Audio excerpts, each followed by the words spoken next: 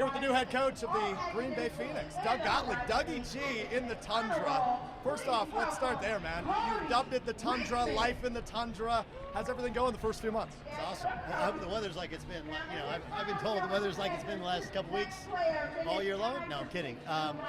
Really amazing. It's like one of those things you dream of an opportunity, and then you get one in a place that is so welcoming. And, I happen to go into an environment where Sundance Wicks did such a great job kind of turning around the whole mojo of the program, and the guys that he left me have just really absorbed the culture that Sundance is a part of, built, and I want to continue on. So I couldn't be happier with how the first month is gone, and hopefully the next whatever months go even better.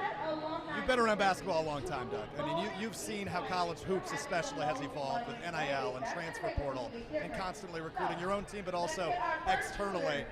Now in a head coaching position, is this what you expected? Is it more? I mean, how have the expectations on the outside now changed that you're in the inside? It's an interesting question, because the first thing is you got to figure out how badly do I want to win now, and how badly do I want to try and build. And so many of us who've covered it are like, well, can you really build it? I believe you can. In terms of the NIL world, I kind of think all of it benefits our level. If I was at Wisconsin, if I was at Marquette, and I got the job late, it'd be really hard. But at my level, you have so many high school kids that the high majors have said, you can come, you can make some money, but you're not going to play. And then you have lots of kids at my level that simply want an opportunity to compete to maybe get to that level. And look, the couple rules that we have in recruiting is we want guys that want to be there. I want volunteers, not hostages. And we want to try and have as many multi-year guys as possible. In order to do that, we know it's not just about NIL. It's about making the players feel like they're valued as human beings, valued in their lives, as well as valued as basketball players. So we're trying to build an environment where it's a family, and we've been we're in practicing for 2 weeks. We get 4 hours a week, but there's been some hardcore hours.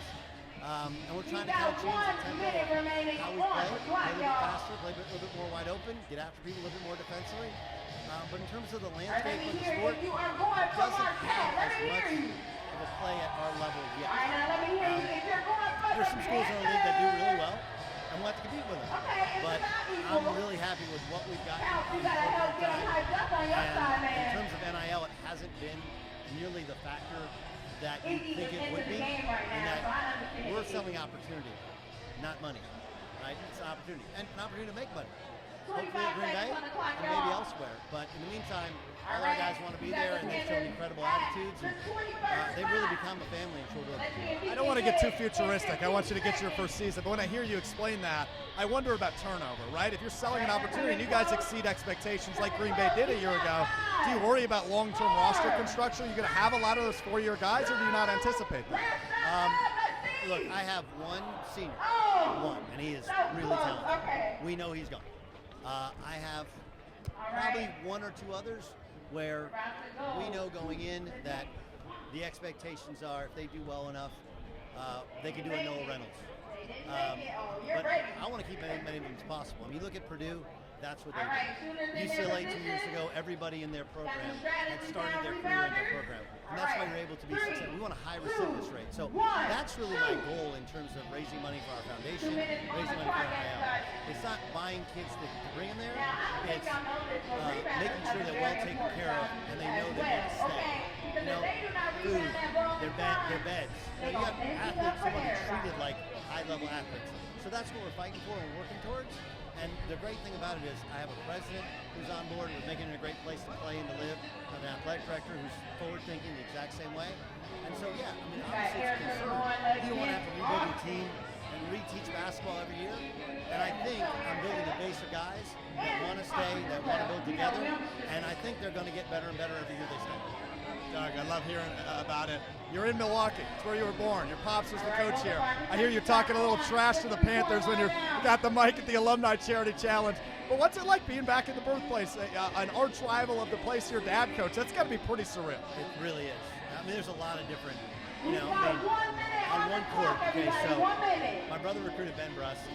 I played against Kirk Penny in an exhibition game at Wisconsin. My dad had an exhibition team. Tony Bennett actually worked out with us the night before he was a manager. Mr. Gruber, David Gruber, like Steven came and played for my dad with Jerry 2 summers in a row. So as much as I haven't lived in Wisconsin since I was 6 years old, it's super strange to see all these familiar faces and feel so comfortable. And then, like, I remember Summerfest. We used to come back to New York, where my dad was from, and then we drive through the Midwest and go to Summerfest like for about 5 or 6 years. So it's a weird lifetime full circle thing. And then, you know, I got to go into Lambeau the other day, and I grew up as a huge Green Bay Packer fan. It's pretty dope. Yeah, you're back being a Packers fan, I said. Absolutely. I mean, like, look, I was a Charger fan. So it's still AFC, so NFC, but, I mean, why was I a Charger fan? It's because the Rams, because I like misery. That's what it is. They find new and inventive ways to lose. So I'm all in on the Packers, all in on the G. I think the biggest thing about your hiring that blew up nationwide was the balance of hosting a national radio show and being a head coach of a Division I program. You've talked about it endlessly. I'm just curious, how is the balancing act going? Because it's a lot. Both are a lot. Yeah. This time of year is actually harder, I think, than football and basketball season. No, because there's just not a lot to talk about, right? Whereas when you do a national show, even when you do a local show, you kind of know the 3 or 4 topics, right? It's not that hard.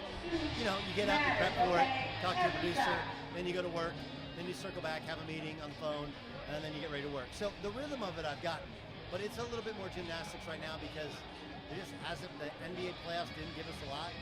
You know, a lot of Caitlin Clark, some Olympic talk, you know. We'll see when Jordan Love gets his new deal.